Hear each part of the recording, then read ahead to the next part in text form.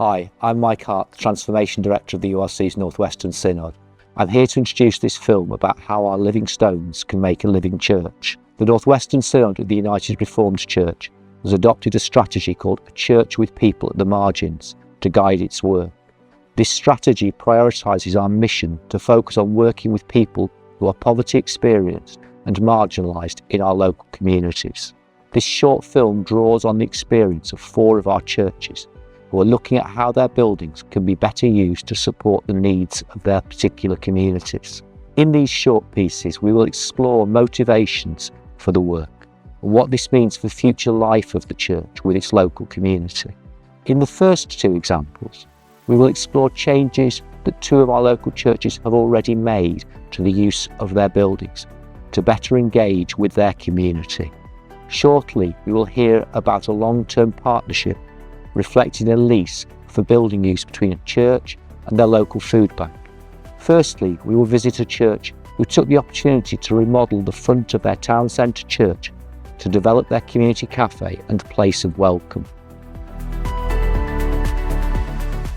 The idea was that we wanted to expand our role as a community church.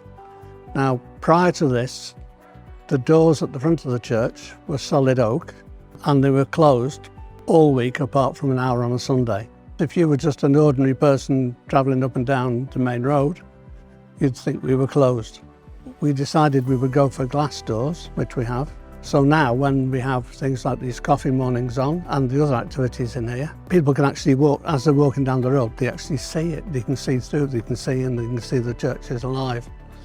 And it's been a real success. Initially, it was going forward in faith that we did really believe that because we were so committed to doing this for the community, we were sure that the money would come, and it did. But it was challenging. Dave and I spent many an hour filling in grant application forms and just finding out as much as we possibly could about the funding. But that was okay because it paid off in the end and we got it.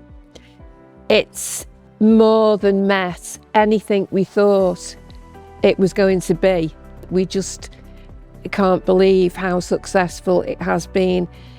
People have come in, random individuals after COVID who had been isolated for so long, just wanted somewhere to go. Many of them have started to come to worship on a Sunday as well. Now that wasn't the original intention. The intention was to be open to the community, but the byproduct of that is that some of them have come, and on Easter Sunday this year we made 12 new members, which is just amazing.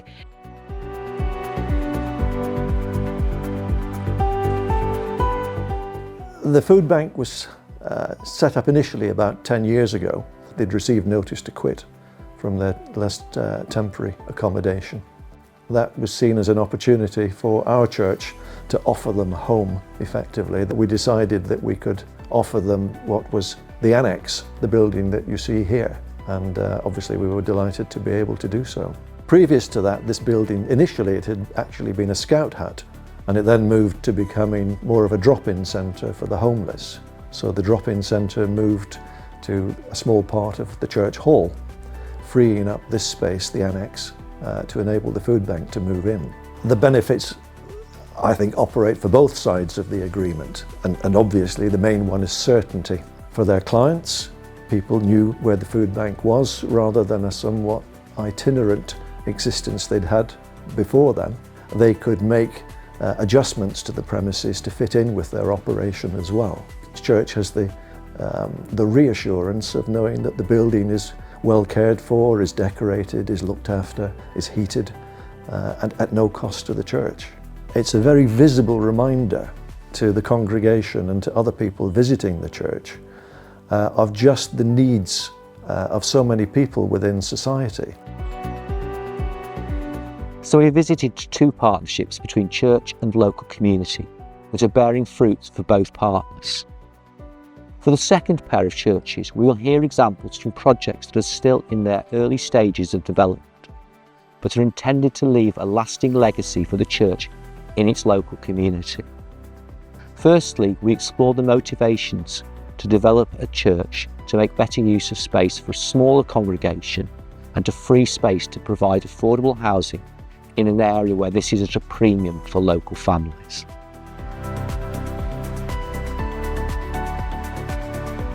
When the Ukrainian invasion first happened, there was a lot of conversation about whether we could use part of the building for refugees. So that started a conversation thinking about where we could use the space better and whether we can use it for some accommodation. We felt it was important to respond to the local needs of the community, especially as a Lake District and Windermere at the moment. Many of the houses are unaffordable or go as second homes. And we felt by doing something useful in this way, it would help the local population and certainly the young people get a step up on the housing ladder.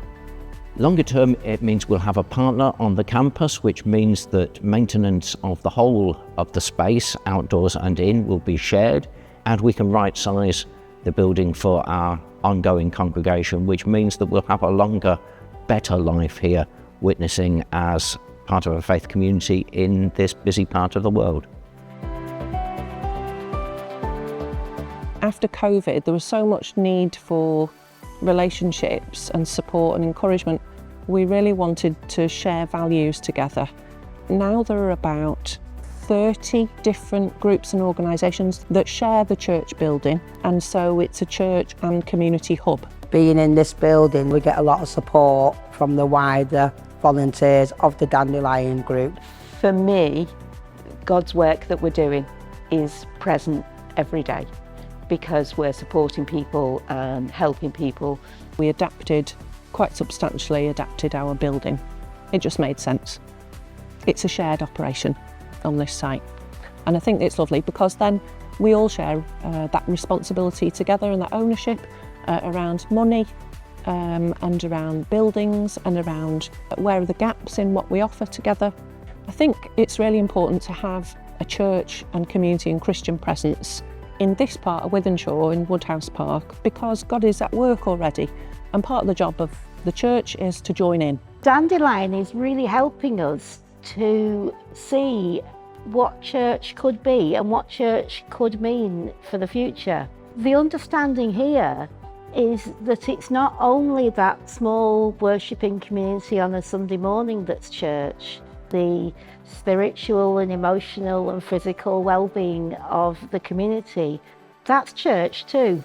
Everybody who lives or works in this community in connection with the Dandelion community has a say in what this will look like next. So the physical space, don't know. Is it a whole rebuild or is it an adaptation? The vision is it will be a church and community hub with a better and improved space for people ahead. We began our journey with a church which has literally opened its doors to welcome the community in. And we finished with a church exploring how they could, to all intents and purposes, hand their church building to the local community and to remain as a spiritual presence in that community building. In very real ways, all of these churches are using their buildings as living stones to ensure the living Christian presence remained rooted with the people of their local community, responding to the needs of people at the margins. Every local church serves a particular community, but we hope that these examples will inspire other churches to see what is possible with imagination and an openness to be with people at the margins. Thank you.